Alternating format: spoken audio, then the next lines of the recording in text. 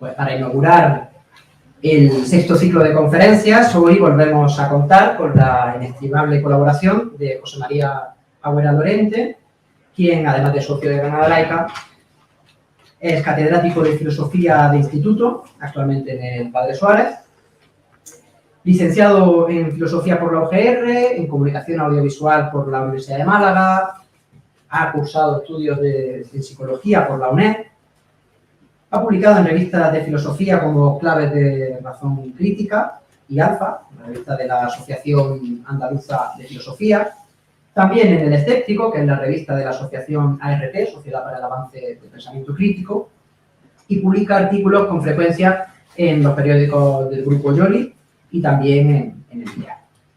Es uno de los autores del blog Filosofía en la Red, colaborador de Nueva Tribuna y asiduo en Rebelión. Ha publicado en otros medios digitales, como Infolibre y Contexto, y personalmente puedo decir debo decir que fue docente mío cuando yo estudiaba en el Bueno Crespo de Armilla, y desde entonces no hemos perdido el contacto, de lo cual me alegro mucho. Y por eso es que puedo decir que en su labor docente vi con claridad el mejor ejemplo de respeto y promoción de la libertad de conciencia, alojándose de todo dogmatismo y adoctrinamiento para hacer justo lo contrario, promoviendo y enseñando a pensar críticamente, a reflexionar. Chema, en definitiva, es un fiel defensor de principios de la Ilustración, y el laicismo y el escepticismo son hijos de este movimiento. Y bueno, en definitiva, me alegra profundamente y me enorgullece ser compañero de estos dos movimientos con él y presentarle hoy aquí para compartir el fruto de sus reflexiones sobre libertad de conciencia. Profe. Muchas gracias, Pablo. Buenas tardes. Bien, quiero empezar mi charla, que quiero que no sea demasiado larga en el tiempo, para que tengamos ocasión luego de compartir reflexiones también de su parte y que nos planteen cuestiones y que compartamos un diálogo que sea enriquecedor. Yo lo que quiero más que nada pues, es estimular un diálogo que creo que es más necesario que nunca. No entiendo la libertad de conciencia sin diálogo. Creo que vivimos en una época, antes Pablo ha hecho un cuadro bastante pesimista, pero yo quiero tener algo de esperanza.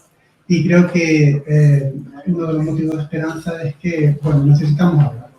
Y este foro en el que nos reunimos cada cierto tiempo, pues es magnífico para poder conversar.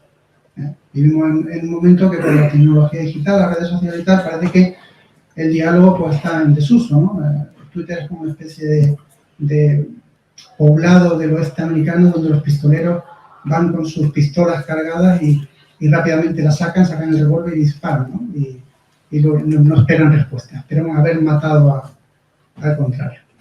Bueno, para que se entienda, digamos, el espíritu que quiero imprimir a esta conferencia, quiero evocar en ustedes una figura que, si hubiera una especie de santoral de la laicidad, una especie de santoral de libre pensamiento, pues sería una de las santas, que es Hipatia de Alejandría. Es una película que creo que data de 2009, me parece, que se titula Ágora, del director español Alejandro Amenábar, que es un retrato, trata de ser un retrato de la filósofa. Tiene sus licencias, como es natural, porque se trata de una película y las exigencias narrativas pues imponen que a veces pues se altere algo los hechos históricos. También tenemos conocimiento acerca de Hipatia de una manera bastante indirecta y a veces no siempre fiable. Para empezar, su edad no está clara. Su fecha de nacimiento, su fecha de muerte, no está, bueno, su fecha de muerte sí, pero su fecha de nacimiento no, y por eso tampoco sabemos la edad exacta de su muerte. Bueno, el caso es que a Hipatia le tocó vivir una época bastante complicada. Estamos entre el siglo IV y el siglo V después de Cristo. El Imperio Romano se encuentra en su fase ya de decadencia, y en un último intento por mantener unido el imperio y por darle una cierta vertebración a un territorio tan amplio y tan diverso en pueblos, étnicamente,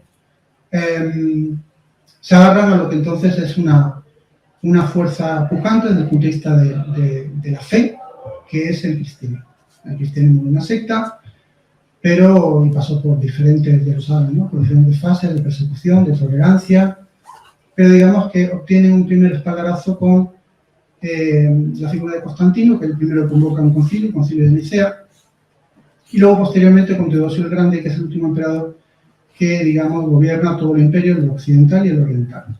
Entonces, Teodosio saca un edicto, el edicto de Tesalónica, que creo que llevaba por título a todos los pueblos, donde venía a declarar ya que el cristianismo era la religión oficial del Imperio Romano.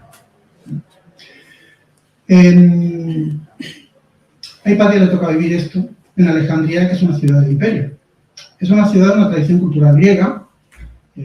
Vamos a probar que Hipatia, su lengua, digamos, principal fuera el griego, porque era la lengua de la filosofía, de las protociencias, digámoslo así, de lo que era la intelectualidad de la época. Y Alejandría era un centro cultural de primera magnitud, ya tiene una biblioteca maravillosa que había sido destruida. Cuando le toca a Hipatia vivir en aquella época, pues la biblioteca casi ya ni existe.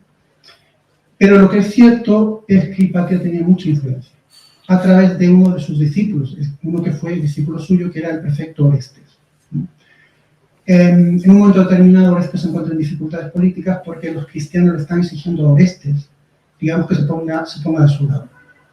Estamos en un momento muy interesante desde el punto de vista de la historia de la laicidad. La película en ese sentido es muy buena para ilustrar justamente lo que es el racismo, porque se ve muy bien la tensión existente entre el poder político y el poder religioso. Y cómo en un momento determinado, digamos que el poder político le puede vencer el pulso, perdón, el poder religioso le puede vencer el pulso al poder político y las consecuencias que se derivan de esto. A Hipatia le pilla en medio de todo eso. Entonces, en un momento determinado en el que ha habido una reunión, digamos, de la alta esfera, y ha acudido otro que fue también discípulo de Hipatia, un tal Sinesio, obispo de Cirene. Hipatia llamada a capítulo, Hipatia llamada a una reunión con Orestes en la película, no sabemos si esto es real, pero en la película. Una reunión en la que Orestes y Sinesio tienen la intención de pedirle a Hipatia que se bautice. Hipatia, precisamente ya el obispo Cirilo, que es el gran antagonista de Orestes, digamos el que en la sombra, ¿no?, trata de mover los hilos para sobreponerse al poder político, ¿no?, y por fin, digamos, implantar el dominio de la Iglesia Católica en lo que era el Imperio Romano, al menos en Alejandría, que es donde es el obispo Cirilo. Cirilo ha denunciado públicamente que Orestes es un calzonazo y que se deja guiar por una mujer, y una mujer filósofa, y una mujer atea, y toma el frasco carajo, encima probablemente bruja. Entonces, claro, esta Orestes le coloca en una situación de debilidad, porque él no quiere renunciar a la amistad de Hipatia. Esto parece ser cierto desde el punto de vista histórico, no tenían una buena relación, una relación de amistad. Y entonces le llevan a lo que es la prefectura, lo que es el lugar, digamos, de la autoridad política de Alejandría, Sinesio y Orestes, y Sinesio le dice a Hipatia: bautízate. Si total, te da igual, tú eres muy buena persona. Quien es cristiano es buena persona. Y si tú eres buena persona, total, que seas cristiana, que te hagas cristiana, no supone ningún cambio esencial. Y así todos pues, estaríamos del mismo lado y podríamos, digamos, pues servir de ayuda a Orestes en su pulso contra Cirilo. Y entonces Hipatia responde lo siguiente a su discípulo Sinesio. Sinesio, tú no cuestionas lo que crees. No puedes. Yo debo. Esta es la diferencia. Cuestionar o no cuestionar lo que uno cree. Aquí creemos toda la libertad, de conciencia, seguramente, desde luego Pablo sí, lo ha dejado claro. Y yo voy a ser un poco provocador. Tengo mis dudas. Entonces, lo que voy a hacer, en lo que sigue, es plantear esas dudas,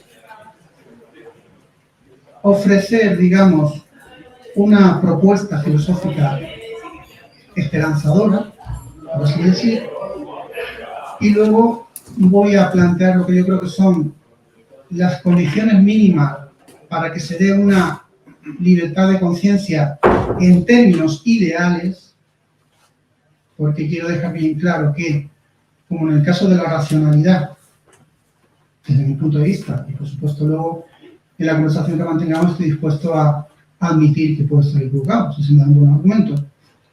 Pero como en el caso de la racionalidad, es un ideal. La libertad de conciencia es un ideal. Y la racionalidad es un ideal. No es un hecho. No es algo dado. ¿No? Hay que curarse, por así decirlo. ¿No? Bueno, voy a leer ahora un texto extraído de un libro que se publicó en contra de la voluntad de su autor, que fue Thomas Hobbes, que fue un filósofo inglés del siglo XVII. Le tocó vivir también una época bastante convulsa, la época de la guerra civil en Inglaterra, cuando al final se acabó implantando la República de Oliver Cromwell, y el Estuardo Carlos fue decapitado.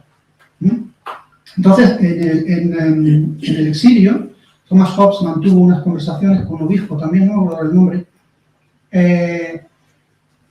y hablaban precisamente sobre la cuestión de la libertad.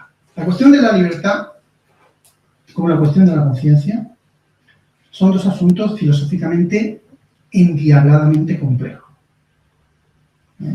Aquí no lo vamos a solucionar. ¿Por qué? Después de 2500 años. Bueno, ha habido alguno que otro que ha querido solucionarlo, pero todavía uno puede mantener dudas, puede cuestionarlo, ¿vale?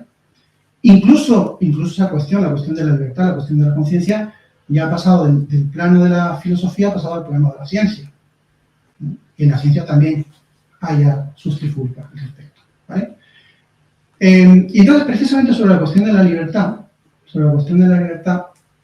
estuvieron hablando largo y tendido precisamente Thomas Hobbes y este obispo, porque claro, había mucho en juego en aquel momento, ¿no? La cuestión de la libertad, de la obediencia a un gobierno, cuándo es legítimo obedecer a un gobierno, cuándo es legítimo rebelarte contra ese gobierno, etcétera, etcétera. Entonces dicen sobre la libertad y la necesidad, o cuestiones sobre la libertad y la necesidad, lo he encontrado titulado de alguna manera, ya digo que fue publicado en contra de la voluntad del autor. Dice lo siguiente Hobbes: nada obtiene su origen de sí mismo, sino de la acción de algún otro agente inmediato externo a él. Por tanto, cuando por primera vez un hombre desea o quiere algo que antes no deseaba ni quería, la causa de quererlo no es ese querer, sino otra cosa que no está en su poder. De modo que, puesto que está fuera de duda que la voluntad es la causa necesaria de las acciones, y que según lo que se ha dicho, la voluntad está asimismo necesariamente causada por otras cosas de las que ella no dispone, se deduce que todas las acciones voluntarias tienen causas necesarias y, en consecuencia, son por necesidad. Esto es curioso porque precisamente esta mañana en clase, con unos alumnos de 15 años, 15, 16 años, surgió el asunto, ¿no? ¿Hay o no hay algún ámbito en el cual estemos no sujetos a la necesidad? Esta pregunta tiene que ver con lo que voy a llamar, para darle un poco de dramatismo a la conferencia y que no sea un rollo insoportable, la maldición de Demócrito. Suena terrorífico, ¿eh?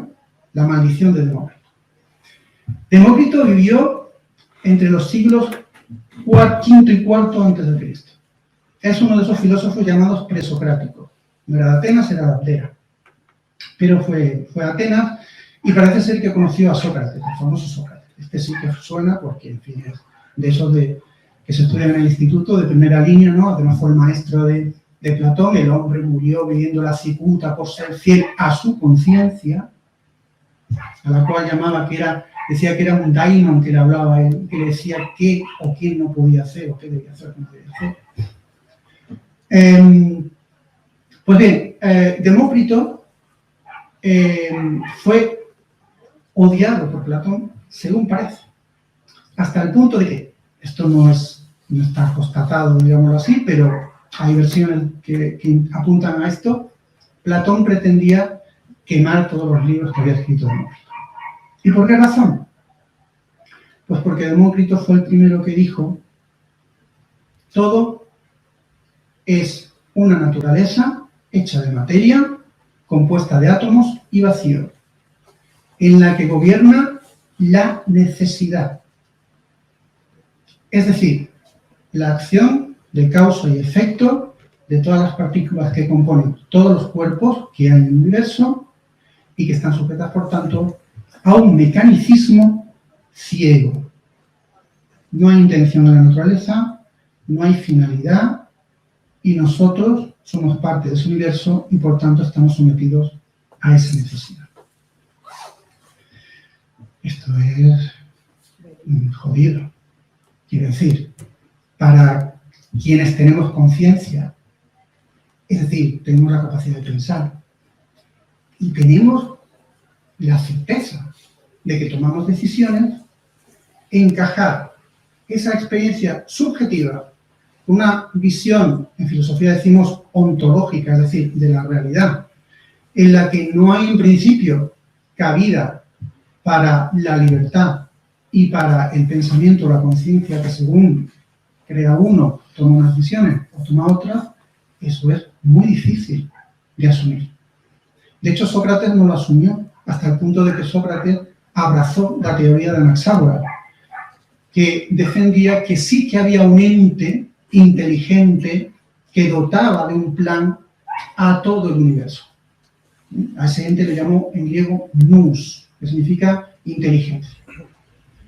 Platón se inventó en gran medida toda una filosofía que lo que trataba era de escapar de la maldición de Demócrito, porque Platón distinguió entre el mundo natural físico, en el que efectivamente aceptaba las reglas de Demócrito, pero estableció la existencia de otro mundo inmaterial de carácter inteligible, del que procedía el alma que, junto con el cuerpo, componía la entidad que llamamos ser humano. ¿Por qué entonces, según Platón, el ser humano es libre? Pues porque tiene algo que no es material, que por tanto no está sujeto a la necesidad y que le permite, en consecuencia, tener una conciencia, un pensamiento y actuar libremente.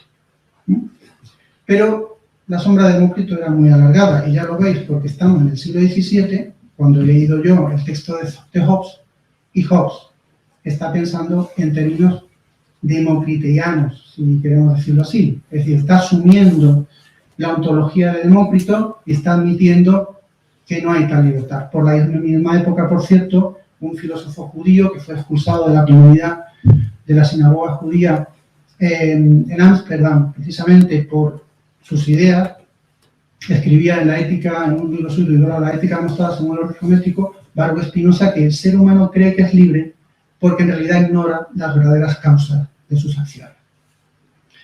Este entonces es el gran desafío. Entre tanto, no perdamos de vista, digamos, que Demócrito es condenado por la institución que iba a regir los diseños intelectuales de la civilización europea durante siglos, la Iglesia Católica durante la Edad Media. Es decir, Demócrito es un maldito, y todos los que se llaman Demócrito son malditos. El caso, por ejemplo, de Epicuro también, ¿no? O posteriormente el caso de Lucrecio, que escribió de Rerum Natura, sobre la naturaleza, un poema en el año 50 a.C., si no me falla la memoria, donde precisamente reflejaba las ideas de Demócrito. Libro prohibido por la Iglesia, libro que formaba parte del índice de libros prohibidos de la Iglesia, libro que leería luego Giordano Bruno, que en 1600 sería quemado vivo en la hoguera, justamente por seguir en la línea de Demócrito. Bien, pues la conciencia entonces, ¿cómo la salvamos desde el punto de vista de la Iglesia? La conciencia pertenece a Dios. La conciencia es algo que Dios insufla a nosotros y que además tiene que estar regida y bien orientada, correctamente orientada. Aquí hay un componente moral que va más allá del puramente intelectual, que establece, por tanto, un criterio para distinguir entre el bien y el mal, que no es un criterio autónomo, es un criterio que está sujeto a los designios y a las directrices de la institución que se supone que tiene línea directa con Dios y que es el que a nosotros nos insufla esa especie de excepcionalidad dentro de ese universo mecánico y ciego que es el alma humana y dentro del alma humana la conciencia. Esta influencia se verá en la modernidad igualmente. Si uno lee, por ejemplo, a Descartes, el discurso del método de 1637, se encuentra con que ese pienso, luego existo, no es sino el reconocimiento de la conciencia. De hecho, a Descartes se le reconoce ser el primer filósofo de la modernidad, pues porque es el que señala la importancia de la conciencia. De pronto, establece un ámbito en el que hay que trabajar, un ámbito en el que pone el foco y dice, aquí hay curro, Lo hemos estado ignorando, lo hemos estado pasando por alto, ha sido una patata caliente que hemos evitado a toda costa, pero aquí hay un curro filosófico de la hostia, dentro de la conciencia. Pero en él, la conciencia es la conciencia puramente intelectual. Quiero llamar la atención sobre esto porque esto es algo que soy muy crítico con ello, que es, digamos, la idea de la fantasía intelectualista que se deriva del racionalismo moderno.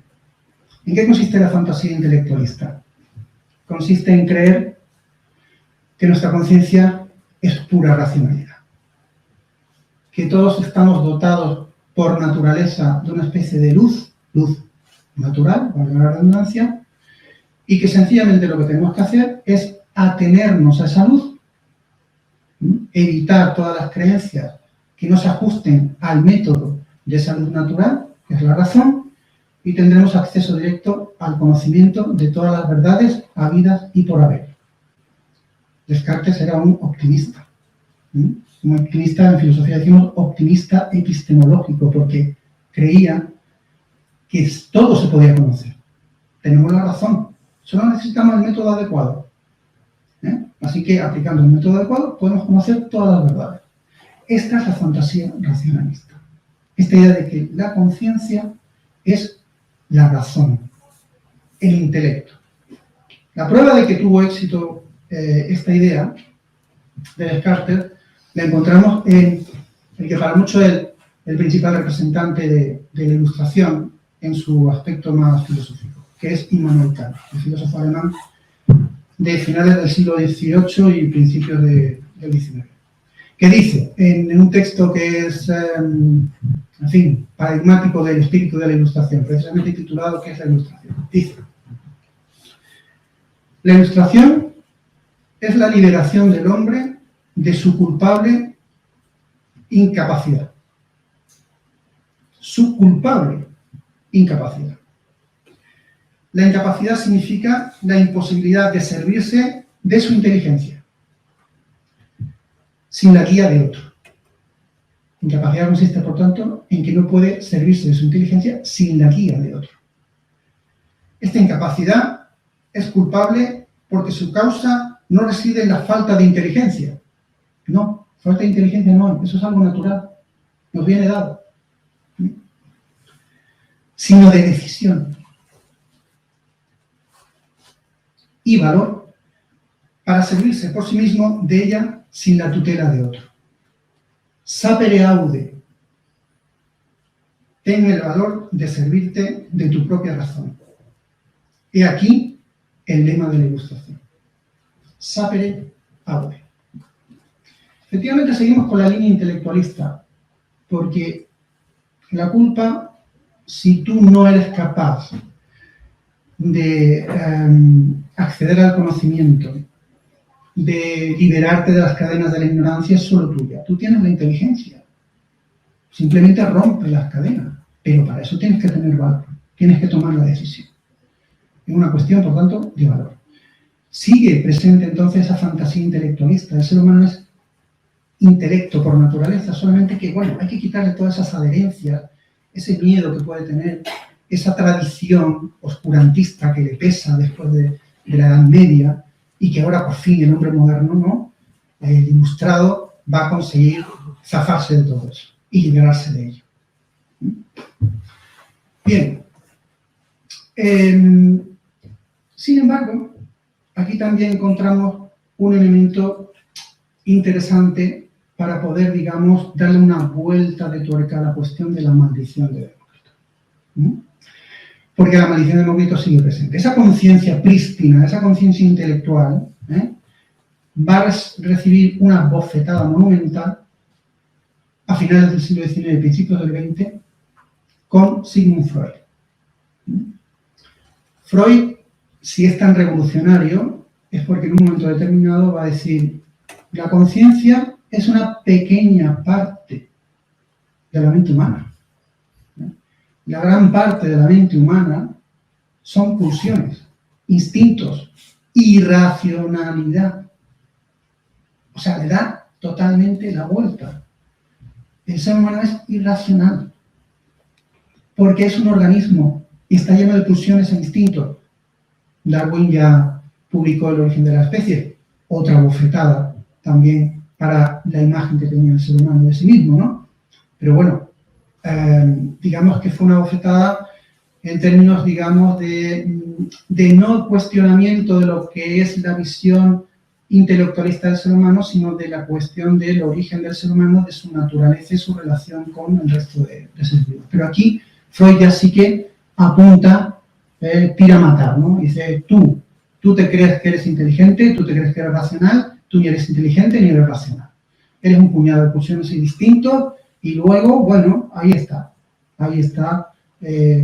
tu capacidad, digamos, de tomar conocimiento de la realidad, ¿no?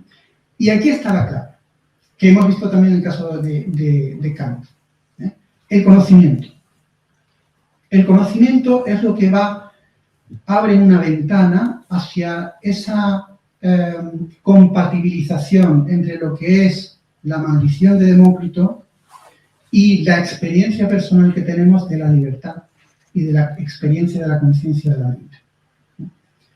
Porque el conocimiento lo cambia todo. La idea es de Daniel Dennett. Daniel Dennett es un filósofo norteamericano, vivo, que publicó un libro a principios de este siglo titulado La evolución de la libertad, y en el que justamente su tesis es esta. La libertad no es algo dado, pero sí que tenemos una predisposición a alcanzar la capacidad de ser libres. Esa predisposición viene dada por la naturaleza, viene dada por nuestra complejidad filogenética. Pero digamos que la clave que permite que esa libertad se convierta en algo real es el conocimiento. Y la clave en sí mismo, para que uno adquiera conciencia, es justamente el conocimiento. Resulta que ese atrévete a saber, ese sapere aude, que era el lema de la Ilustración, según Kant, es justamente algo que verdaderamente justifica que tengamos un ideal de libertad de conciencia. Porque, vuelvo a lo de antes, la libertad de conciencia es algo, digamos, que entonces se desarrolla, se trabaja a través del conocimiento, según esta idea de Dennett, pero no es algo que uno ya de fábrica, por decirlo así, traiga, sin más. Para ir aproximándome al final y dejar tiempo suficiente para que podamos dialogar, pero no haberlo aburrido demasiado y no haberlo hecho demasiado complicado hasta ahora, quiero ahora precisamente tratar de aquellas condiciones justamente que yo entiendo que son necesarias para que ese ideal de la libertad de conciencia no se quede únicamente en el pedestal del ideal, sino que baje al terreno de la acción social, de la acción política. Y voy a referirme a varios elementos que creo que son fundamentales en ese sentido. Uno es un viejo lema, un oráculo, que parece ser que estaba expuesto en el templo de Delfos, en la antigua Grecia, que es el oráculo que dice: conócete a ti mismo. Afortunadamente, vivimos en un momento en el cual sabemos mucho sobre nosotros, sabemos mucho sobre el ser humano. nos falta muchísimo por saber. Pero justamente cuanto uno más sabe sobre sí mismo, más libre es. Más conciencia, más grado de conciencia y más desarrollo de la conciencia puede alcanzar. Cuando digo conocerte a ti mismo, quiero decir que debemos conocer cuál es nuestra auténtica naturaleza, empezando por la naturaleza de nuestra propia conciencia, entendiendo que nuestra conciencia, a fin de cuentas, no es sino una propiedad de nuestro encéfalo, de nuestro cerebro, que en consecuencia está sujeta en su funcionamiento a los mecanismos que rigen las estructuras neurológicas que tenemos dentro del cráneo. Y que eso no se puede ignorar. No se puede ignorar porque los principales, digamos, que tenemos o planteamos los primeros obstáculos para el desarrollo de esa libertad de conciencia somos nosotros mismos. Hay un libro de un tal Stuart Sutherland que se titula Irracionalidad, el enemigo interior. Esta expresión del enemigo interior me parece muy buena, porque no somos conscientes hasta qué punto nosotros mismos nos ponemos trampas para poder, digamos, desarrollar nuestra conciencia y, en consecuencia, cercenamos las posibilidades de nuestra libertad. Me refiero, por ejemplo, a mecanismos de pensamiento que están automatizados y que condicionan en gran medida el conocimiento de la realidad, porque el conocimiento tiene que ser una aspiración a la verdad, ¿no? Y la verdad es algo enormemente trabajoso y difícil. Esos mecanismos lo que hacen es que enmascaran esa verdad, colocan entre la verdad y nosotros un velo que impide que lleguemos realmente a conocer esa verdad y, en consecuencia, alcanzar el conocimiento que puede ser verdaderamente transformador y alumbrador de esa libertad. Estudios sobre esto hay ya a patadas. Hay un librito de una psicóloga española que se llama Elena Matute, se titula Nuestra mente nos engaña, y que es un catálogo de sesgos. ¿Qué son los sesgos? Los sesgos son distorsiones cognitivas. Gafas que llevamos puestas sin darnos cuenta, porque estamos hechos así y funcionamos de esa manera, que hacen que no veamos la realidad en términos de objetividad. Y en consecuencia tendamos a retroalimentar nuestros prejuicios, justificar nuestras creencias, manteniéndonos entonces en una situación en la cual la conciencia se convierte en una especie de cámara de eco, donde uno habla dentro de su conciencia, topa con las paredes de su conciencia y su conciencia le devuelve lo que ya sabía y lo que quería ver. Por poner un ejemplo, un sesgo es el sesgo del punto ciego. ¿Cuál es el sesgo del punto ciego? Todos padecen sesgos menos yo. Yo siempre veo las cosas con objetividad, yo estoy perfectamente bien informado, yo sé realmente a quién hacer caso, a quién no, los demás son los pobres que están perdidos, desorientados, que se informan fatal, cuyas creencias no tienen en realidad ningún fundamento, y el que sabe, soy por tanto. En segundo lugar, la educación. En efecto, como ha dicho Pablo, pues yo no sé si lo hago bien o lo hago mal, pero mi trabajo principalmente va dirigido justamente a generar en mis alumnos un pensamiento libre, crítico, no doctrinario, y procuro también, pero eso es muy difícil, que tampoco sean frívolos. Esto es una distinción que a mí me gusta mucho de Jesús Mosterín, que es un filósofo español que se murió hace unos años. Él distinguía entre doctrinarios, críticos y frívolos intelectuales.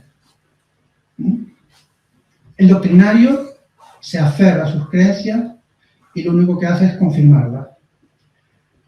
Evita cualquier contacto con puntos de vista alternativos y se mantiene firme en esas convicciones, en esos prejuicios. El crítico, pues, porque el nombre lo indica, es un tipo que cuestiona, duda el modelo de Hipatia, ¿vale? Y el frívolo intelectual es el que ni una cosa ni la otra. sencillamente se deja llevar. Se deja llevar por modas, se deja llevar por gurús, se deja llevar por conspiranoias, etcétera, etcétera. Es muy interesante también lo que dice Mosterín a ese respecto. No todos somos críticos en todo, no todos somos doctrinarios en todo, no todos somos frívolos intelectuales en todo. Podemos ser muy críticos, por ejemplo, como microbiólogo, y sin embargo ser muy doctrinario en cuanto a que forofo del Granada Club de Fútbol, como por el caso, ¿no? O en cofrade de la cofradía de yo qué sé qué, O puede ser un frívolo intelectual en política y no tener un criterio propio, y según vengan dadas una lección u otra, pues voto a uno, voto a otro, sin tener en consideración una idea, digamos, un modelo de sociedad que yo quiero, o una idea de bien común que yo entiendo que tiene que ser la directriz a la hora yo de tomar mis decisiones políticas, etcétera, etcétera. ¿Vale? Así que la educación me parece un elemento fundamental para colocar al individuo en la senda adecuada de esa libertad de conciencia. Por supuesto, la laicidad, es decir, que tengamos la suerte de vivir en un Estado verdaderamente laico, pues es un punto a favor de que esa libertad de conciencia pase de, como he dicho antes, el pedestal del ideal al terreno, al barro, ¿no?, de la acción social, política, etc. Y luego, por otro lado, quisiera referirme a aquello que yo actualmente veo como peligro. Digamos que agentes tóxicos contra la libertad de conciencia. Un agente tóxico que me parece muy importante es la creencia de que la mente de los niños es de sus padres. Esto se ha llegado incluso a materializar en propuestas que parece que últimamente están algo calmadas, pero que en un tiempo pues tuvieron bastante vidilla, que es el famoso tema del PIN parental, ¿no? ¿Por qué tiene sentido el PIN parental para quienes defienden el PIN parental? Bueno, pues la mente de mis hijos es mía. Yo la moldeo como yo quiero. Yo quiero que reciban una determinada educación. Además, parece que el sistema educativo esto lo entiende y lo comparte, ¿no? Es decir, parece que hay un cierto miedo a definir la libertad educativa no en términos, digamos, de adoctrinamiento familiar o de elección de los padres en función de qué diario parece ser que quieren los padres para sus hijos, sino que se entiende que la libertad de educación es una especie como de derecho del consumidor, ¿no? Se ha trasladado, digamos, el modelo de consumo al modelo educativo. Yo soy consumidor de un servicio y yo tengo derecho a exigir, pero además tengo derecho a escoger y a elegir el producto que a mí me parezca mejor. Y escojo en función de lo que yo considere mejor para mis hijos, ¿no? Esa cuestión me parece curiosa, me parece curiosa porque, bueno, nos preocupamos, ¿no?, muchas veces de la dieta, ¿no?, de nuestros hijos, ¿no? Y quizá desde fuera, pues uno podría decir que ver estos padres, ¿no?, que mal alimentan a sus hijos, ¿no?, porque les dan todos los días hamburguesa y pizza, ¿no?, y pasta, ¿no?, y no hay verduras, ni frutas, y luego incluso no hay campaña, ¿no?, dale de comer a tus hijos frutas, verduras, tal y cual, pero admitimos que se les pueda nutrir intelectualmente con cualquier bazofio. Eso no parece que pueda tener ningún problema, ni límite de ninguna clase, ¿no? Esa cuestión me parece interesante. También hoy me parece un agente tóxico, pues todo lo que se deriva de la posmodernidad, ¿no? Yo creo que son pues, residuos, sedimentos del arrollador torrente que supuso la posmodernidad de los años 80 del siglo pasado, donde la filosofía, por cierto, tiene una parte muy importante de culpa y de responsabilidad. Porque, digamos, criticó la idea de progreso, criticó la ilustración, criticó la idea de verdad, vino a decir que cualquier relato era válido independientemente de su conexión con la realidad y su valor epistemológico, su valor científico de verdad. Bueno, esto lo desmontó ya a finales del siglo pasado, creo, en un libro muy interesante, Alan Sokal y Jan Brickman, ¿no? En Posturas Intelectuales, donde, bueno, pues sacaban consecuencias de un experimento que hicieron, que fue escribir un artículo sin pie ni cabeza, con pseudo-verdades científicas, y lo mandaron a una revista, pasó el filtro de revisión de la revista y fue publicado. Un artículo que en realidad cuyo contenido carecía por completo de sentido. Pero demostraba hasta qué punto había llegado esa idea, esa moda de la posmodernidad, que admitía cualquier discurso, independientemente de que ese discurso estuviera bien fundamentado científicamente y tuviese valor de verdad. Eso en nuestros días ha derivado en la posverdad, en la famosa posverdad, post-truth, ha derivado en las noticias falsas, en las fake news, ha derivado en los hechos alternativos, los alternative facts, que creo recordar que es una expresión que se inventó una asesora de Trump, y ha derivado en toda una visión del conocimiento absolutamente debilitada, porque se le ha vaciado del rigor que exige el establecimiento de verdades ciertas. La verdad se ha vuelto antipática, la verdad no es algo a trabajar, a investigar duramente, que está llena en su búsqueda de incertidumbre, de duda, de contrastes, de confrontación de ideas, de argumentación. No, la verdad la establezco yo en función de aquello que yo considere que es más conveniente para mis intereses de grupo, identitario. La identidad compite con la verdad a la hora de establecer un conocimiento compartido.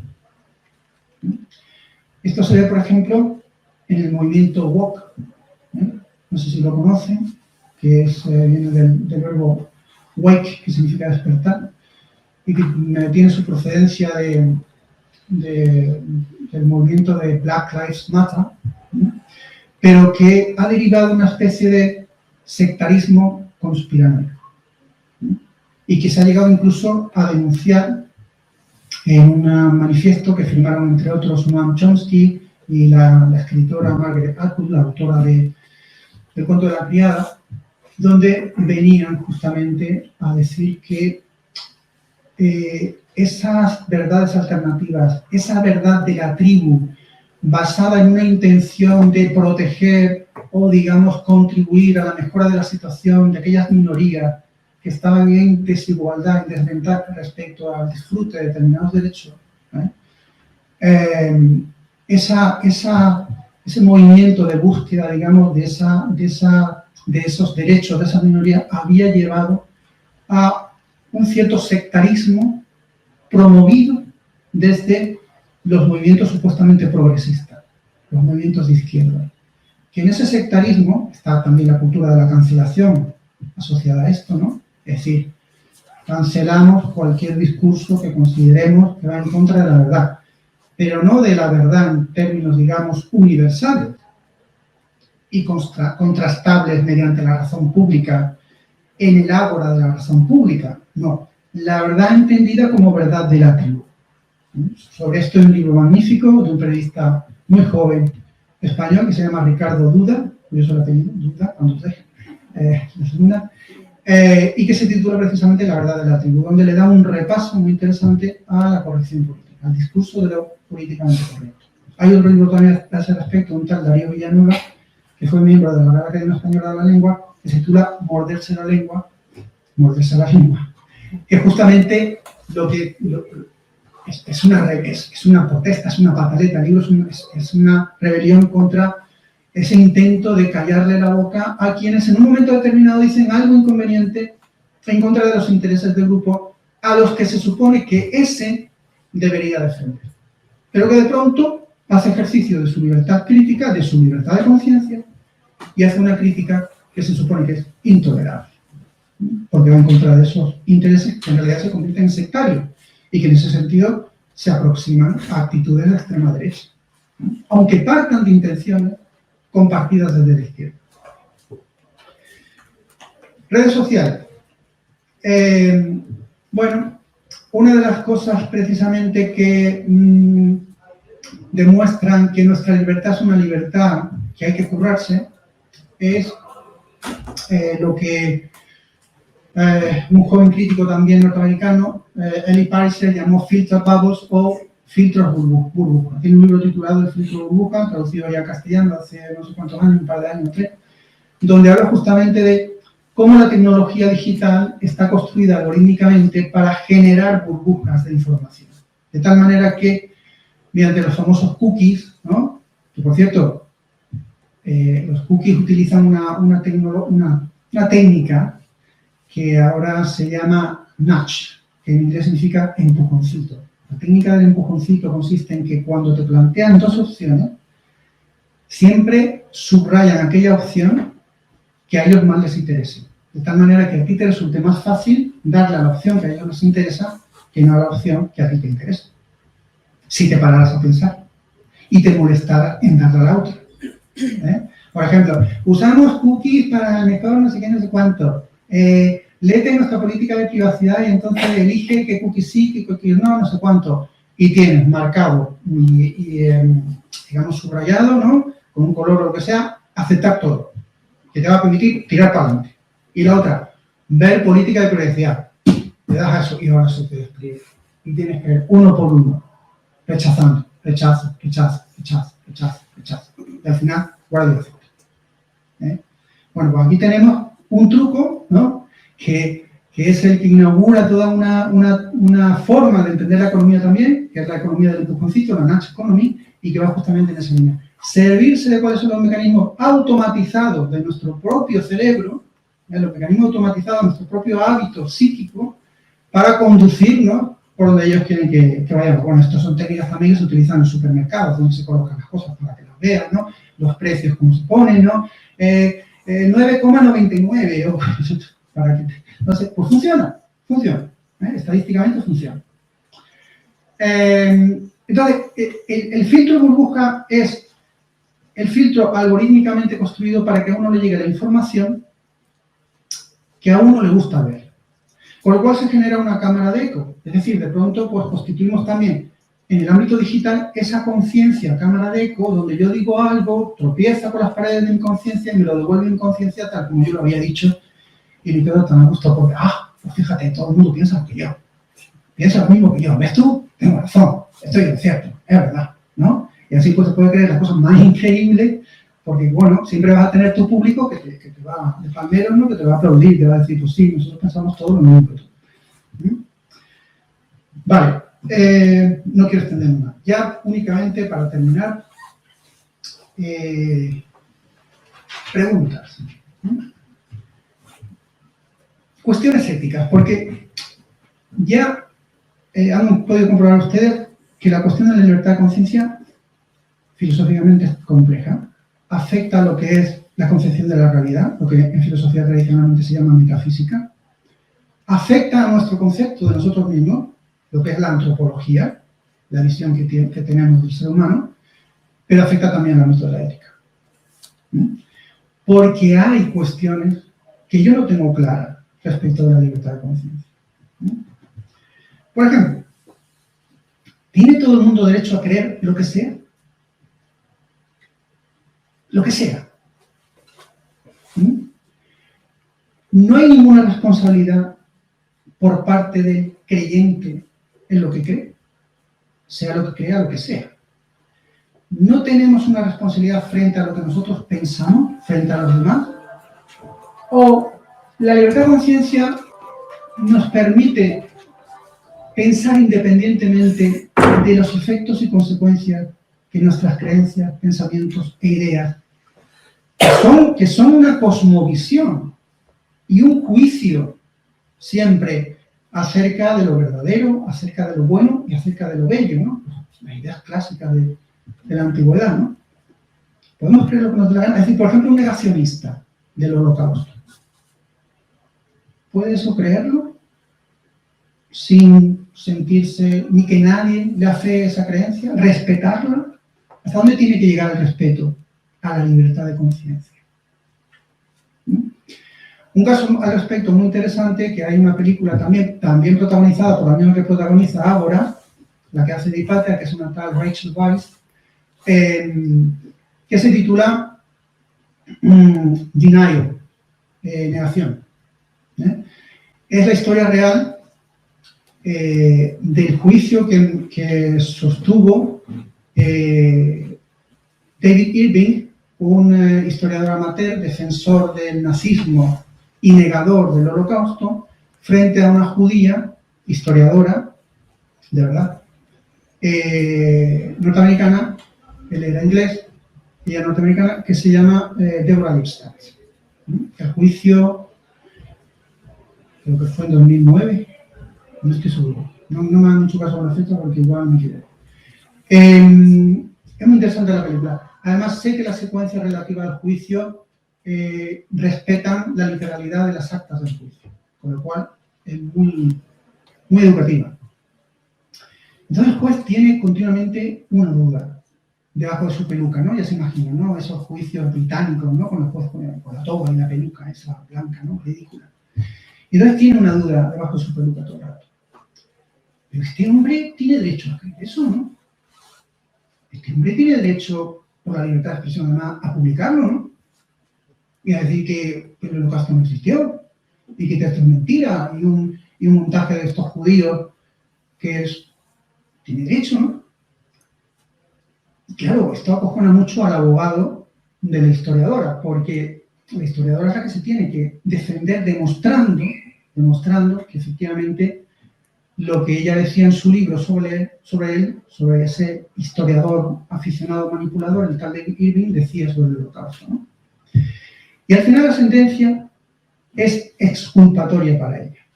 Es decir, ella no difamó, ella dijo la verdad, ¿no?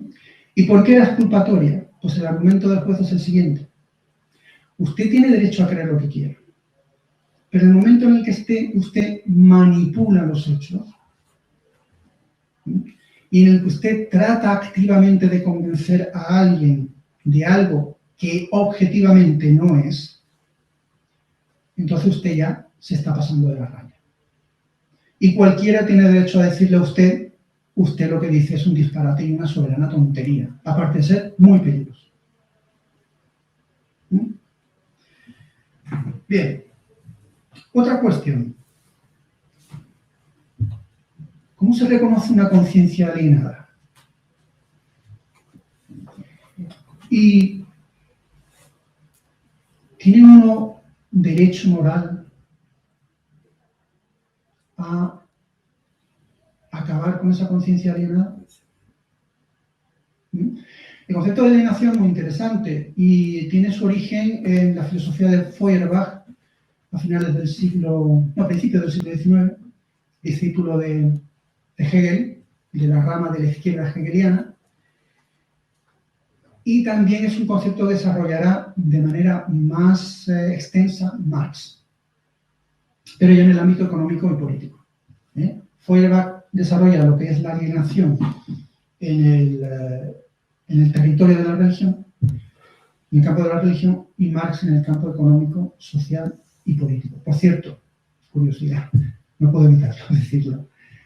Marx, la tesis doctoral de Marx, que era de filosofía, trataba sobre las diferencias entre la filosofía de Demócrito, la sombra de Demócrito está alargada, la diferencia entre la filosofía de Demócrito y la filosofía de Epicuro. Porque Epicuro, otro maldito de la filosofía, maldito también de la religión cristiana, Epicuro asumió las ideas de Demócrito, pero no podía soportar la idea de que no hubiera cabida para la libertad. Porque a Demócrito le preocupaba sobre todo la cuestión ética, la cuestión de cómo puede el ser humano vivir una vida buena. Y eso no lo entendía sin la libertad. Entonces Epicuro hizo una trampa. Y cuando explicaba cómo funcionaba el universo de Demócrito, ese universo mecanicista, ciego, sujeto a leyes en las que las causas y los efectos no persiguen ninguna finalidad, ninguna meta, ahí introduce un elemento, un fenómeno, al que llama paréntesis en griego, y cuya traducción en latín es clinamen, que es que los átomos en un principio habrían sufrido una especie de desviación al azar que introduce ya la posibilidad de que nosotros podamos hacer cosas al margen de la necesidad mecánica de la naturaleza. Por cierto, un físico actual, Roger Penrose, muy cercano a Stephen Hawking, defiende precisamente en el principio de incertidumbre de Heisenberg, de la mecánica cuántica, el fundamento ontológico de la libertad. No me pidan que lo explique, porque yo, la mecánica cuántica, se me escapa. Me gustaría decir por ahora, pero no tengo que ser para siempre. Bueno, otra cuestión.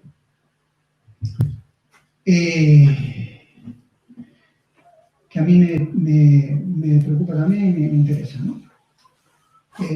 ¿Puede la lógica vencer a la psicología? Me explico. Los sesgos a los que me he referido, esas trampas de nuestra mente que un científico de la cognición llama los túneles de la mente, y el otro que dije llamaba el enemigo interior, la irracionalidad, que está en nosotros, porque ya Freud lo vio claro. Esos mecanismos psíquicos, que son parte de nuestra dimensión psicológica, una parte esencial, ¿pueden ser vencidos por la lógica? Dicho de otra manera, ¿puede la razón verdaderamente doblarle el pulso a la sinrazón? Desde luego, cuando uno enseña una cosa y la otra en el instituto, tiene muy claro que la lógica es muy antipática. Raro es el alumno al que le guste la lógica. Y la psicología es arrolladoramente simpática. Yo la tengo como optativa en segundo de bachillerato y cada curso tengo a más y más alumnos.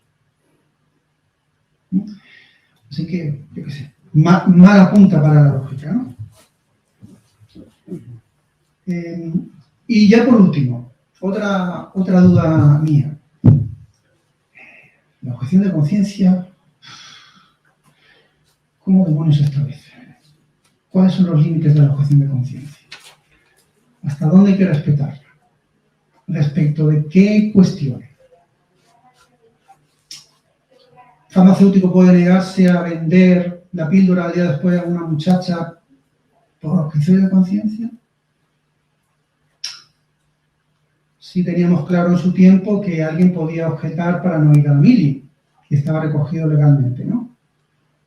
¿Hasta dónde llega eso? Un médico también se puede negar a empezar el proceso para llevar a la práctica una eutanasia. Parece que está reconocido que sí, ¿no? Se van a confeccionar o se han confeccionado ya listas de médicos que tienen conciencia a ese respecto o que no practican una interrupción voluntaria del embarazo. Pero cuando eso va en contra del bien común, uno puede poner su conciencia por encima de cualquier otra cosa, de cualquier otra consideración de orden ético, jurídico o político. Pues no. Y ya está. Hasta aquí he llegado. Espero no haberle aburrido demasiado y haber sido lo más claro posible. Muchas gracias.